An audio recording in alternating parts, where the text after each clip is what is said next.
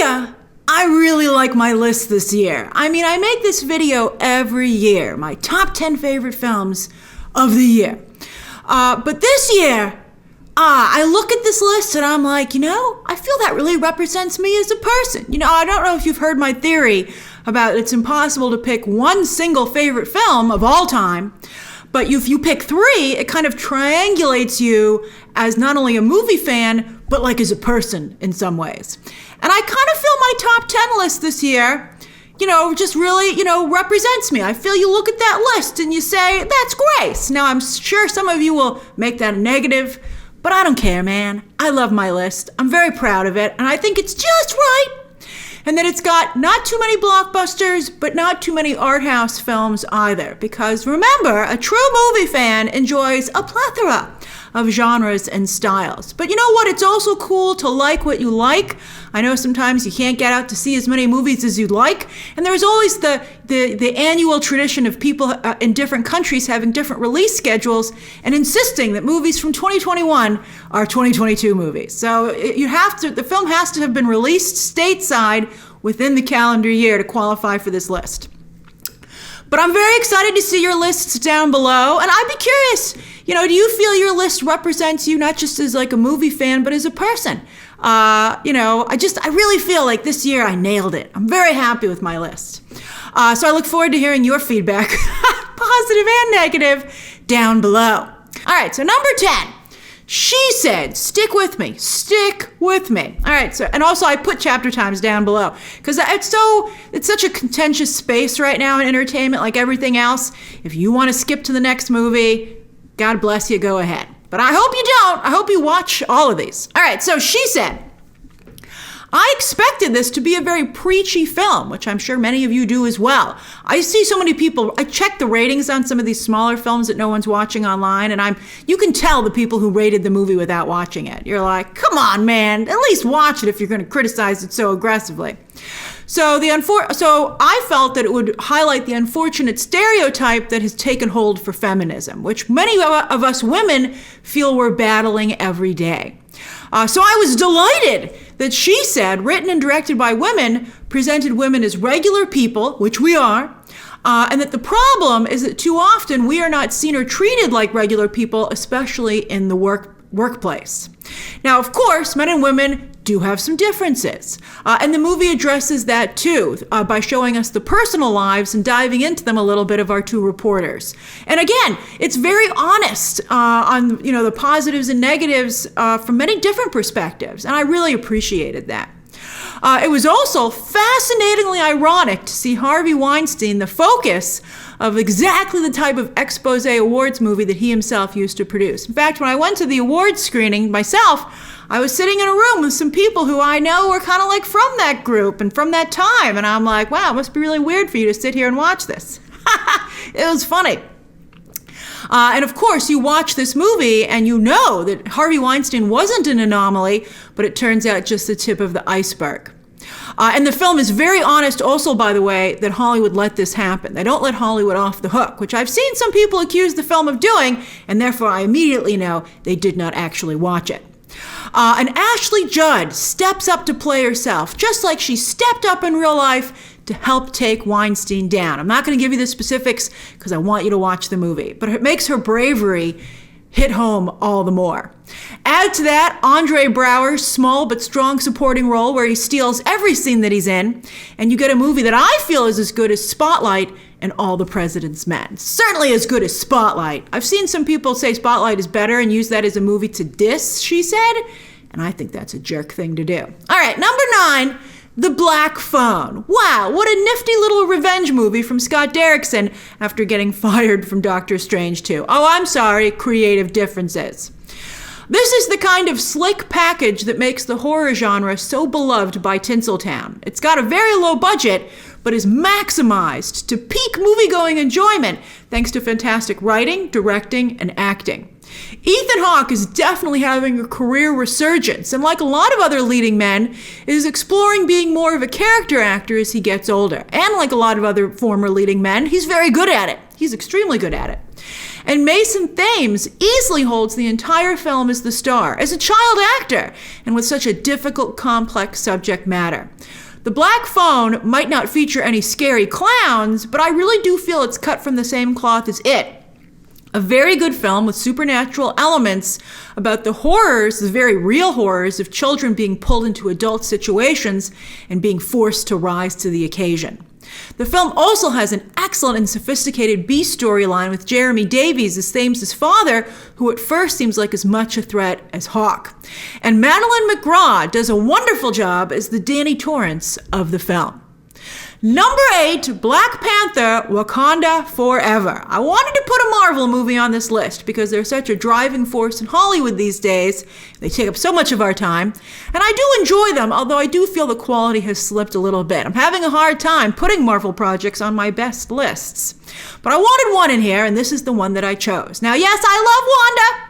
I love her so much. She's definitely the best part of that movie, and it is exciting to see her level up like that. But the movie has so many flaws, I just can't in good conscience. I've still rated high within the MCU, but I can't put it on a top 10 best list. I just can't do it. As for Black Panther Wakanda Forever, yeah, it's a downer of a movie, but it is a stunning film about loss and sacrifice. Something that the first Black Panther movie also depicted and what set it apart. Because, so often these days, in a world with few kings and queens, people ask, what does a royal family do beyond the fairy tale, right? I mean, we've kind of taken out the reality of royalty. And here, even though it's fictional, you get a good example, both on land and at sea, at the complexities, upside and downside, as well as the personal sacrifice of a true royal ruler. Even the British royal family, and I do appreciate the Crown for its honest look at that situation, that dynamic, but they're not actually ruling England. Here you gotta get like a modern take on, royal rule, which doesn't really happen anymore, but it's interesting to see such a situation in the current landscape. I really liked it. I thought it was great. Of all the women to take over a mantle in the MCU, I feel Shuri and Letitia Wright does it best. And T'Challa and Chadwick Boseman, I think, would be quite proud. Wakanda also continues to be a shining city on a hill, and the way the world stage is depicted here by Ryan Coogler and criticized, but also just a very frank look is taken at it, I think that's impressive. And I say, bring on the Vibranium Wars, which I think will echo a lot of what happens in the real world. And that's the best. I love it when these spectacular, fantastic films are still grounded in reality. And that's what Black Panther Wakanda Forever, in my opinion, accomplishes. All right, it's hard not to get lost in all the negative chatter that seems to swirl around some of these movies online. But, I urge you to look past all that and just truly think about the film itself. And I really do like Black Panther Wakanda Forever. All right, number 7, Nope. I liked it. I liked it a lot. That's right. I think it's an amazing film, not just as a realistic and unique take on an alien visitor, but as a commentary on Hollywood, fame, and humans daring to think they can truly control animals. Oh, it's so good. The film is also incredibly well made and particularly well directed, a visual treat in IMAX, and it's extremely rewarding to see Daniel Kaluuya get his cowboy on in the third act, complete with an amazing score to play it all up. Oh, it was fantastic. He can really ride. The film also, of course, cemented what a firecracker Keke Palmer is and introduces us to the very funny Brandon Perea. Also, in an age of spoilers, it was such a treat to be surprised by this film again and again and again, with some of the horrors not only staged so well visually, so they were stunning in that regard, but so well thought out in terms of story, context, and commentary, which makes them stick with you all the more. There are certain visuals in this movie that I will never forget, and I don't want to forget them. I thought they were incredibly well done. Number 6, Puss in Boots: The Last Wish. That's right, like many of you, Shrek 2 is my favorite film of the franchise, and I never thought it would reach those heights again. But enter Puss in Boots: The Last Wish. At a dark time for animation, when it seems that the fun, splashy, unapologetically commercial animated film is dead, here comes Puss in Boots, The Last Wish, to remind us how it's done. And some of you might be like, but I want that kind of film to die. Why? It's the lifeblood. I mean, blockbusters is what really move tickets. You can't make the other films without blockbusters. They're the engine. It's such a good movie. There ain't nothing wrong with a crowd pleaser, and this movie is packed with action, story, and laughs. Not to mention incredible performances from an all-star voice cast who are giving it their all. No one's collecting a paycheck here. An animation as good and as inventive as Into the Spider-Verse, which won an Oscar, so I feel there's hope for Puss in Boots too. Plus, it gives the Shrek franchise new life, as I said in my non-spoiler review, as the boys for animated fairy tale movies. And after watching this film, I cannot wait to see the next fairy tale to come out of the Shrek cinematic universe. Oh, I love it. It's so good. Love this movie. Number 5, Glass Onion, A Knives Out Mystery. A big theme this year in Hollywood is making them like they used to. And Glass Onion is a great modern example of those famous cavalcade of stars.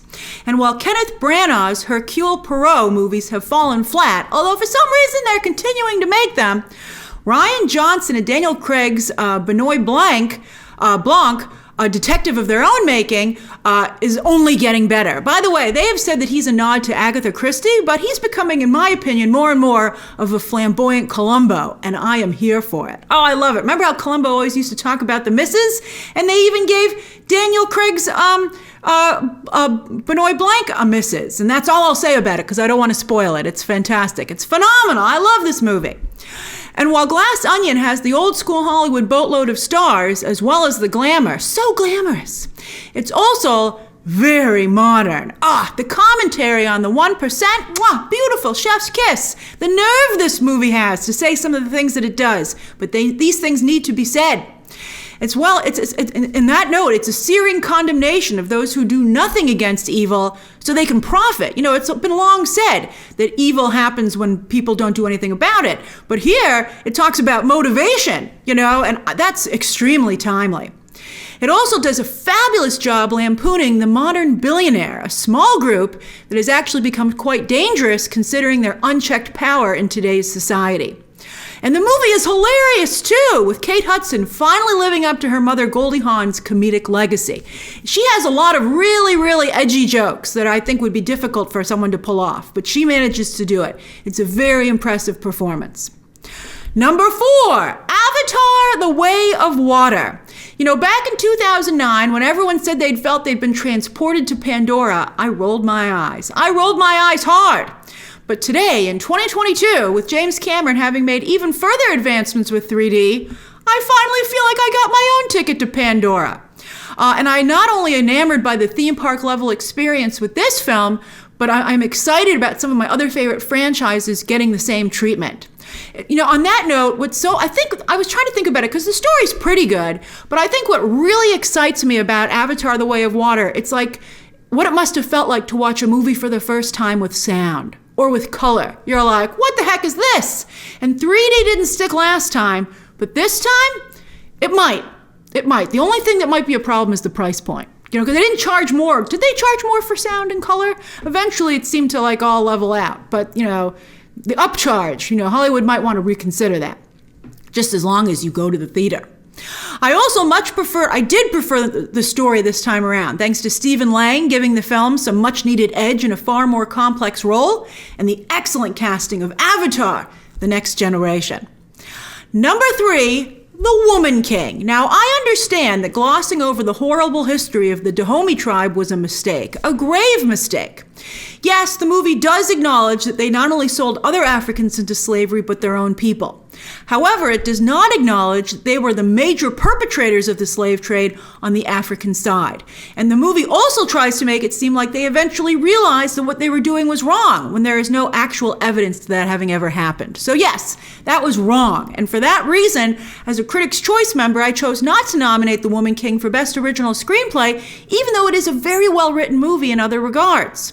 But Braveheart was horribly historically inaccurate, and offensively so, as was Gladiator. And I think it's a real shame, really shameful, that some people are being much harsher on The Woman King than those other films. Because The Woman King is as good as those two other movies, yet with a big difference, a crucial difference.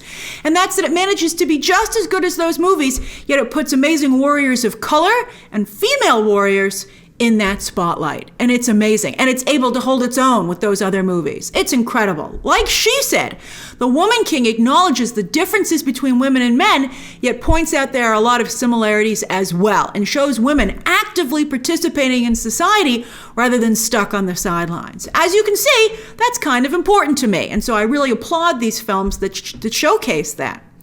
Viola Davis is, of course, incredible, perhaps her best performance yet, up there with Russell Crowe, Mel Gibson, and any actor who has ever successfully portrayed a general at war.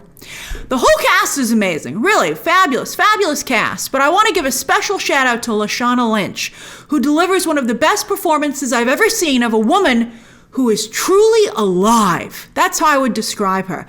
I loved it so much. She was just a real, multifaceted, perfect woman, a fantastic action hero performance. You don't get better. And the fact that that hasn't been a star-making turn for her, I feel is just so sad. All right, number 2, Top Gun Maverick. As soon as Top Gun Maverick starts, you're instantly transported back to the heyday of the Hollywood blockbuster, because this movie is as much a celebration of producer Jerry Bruckheimer as it is Mr. Tom Cruise. Speaking of Tom Cruise, for a man who's infamously guarded and a number of other infamous things in his past, it was a very smart idea of him for him to finally let his guard down and lean into and acknowledge some of his flaws. He even was okay showing that he was short, even though he's infamously stood on apple boxes and made his co-stars walk in ditches for decades. But interestingly, and as a good signal to other people, by acknowledging those flaws and finally embracing them, he only ends up elevating his positives like never before.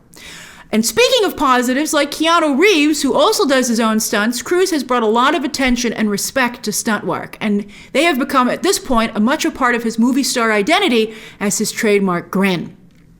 Then, after a nostalgia-fueled first 2 acts, the third act takes on a modern twist thanks to Cruise's MVP, Christopher McQuarrie, working on the screenplay, and I think he's largely responsible for that third act.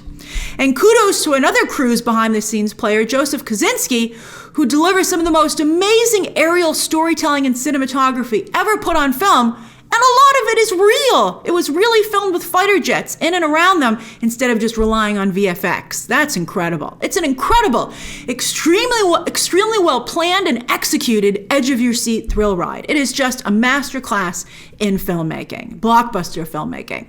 Which leaves my favorite film of the year, and I think some of you can guess it, especially at this point, and that's The Batman. Now, as many of you know, I am a huge Batman fan. Batman and the X-Men. Oh, I love them so much. And it was so thrilling and so rewarding to see a Batman comic, the way it's supposed to be done, finally done justice. To finally be able to share with all the normies who don't read comic books what makes the Batman comic so special.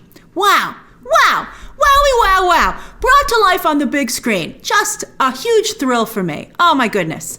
Also, after all the Batman actors have spent so much time complaining that they can't possibly compete with their rogues gallery, here comes Robert Pattinson himself, a huge Batman fan. I love that. I love that for him. I love that for us. To prove that it can be done. How? By leaning into the fact that there is an incredibly thin line, microscopic, between Batman and his villains. That he's almost one of them himself, a line Hollywood wasn't willing to cross with one of their heroes that brings in the big bucks until now. Now, of course, Zack Snyder had Batman kill, which was hotly debated. And I don't actually even think Robert Pattinson's Batman does kill. It's more, it's not that he just is a tough character who's willing to go all the way. He has the theatricality of his rogues gallery, which has throughout the years made them such fan favorites.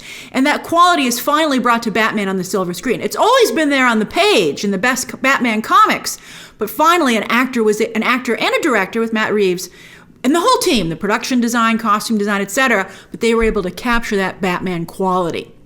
Add to that Batman finally getting to be a detective and R. Patz's eye acting, making it clear that Batman might be very still on the outside, but inside, he's constantly thinking, evaluating, and calculating. Oh, that was just brilliant. Some of the best eye acting I've ever seen. Oh my gosh, it was amazing. It was amazing. And that Batmobile chase, oh my goodness. The best I even think it's better than the Tumbler, and I never would have thought that I would have said that. That was just incredible.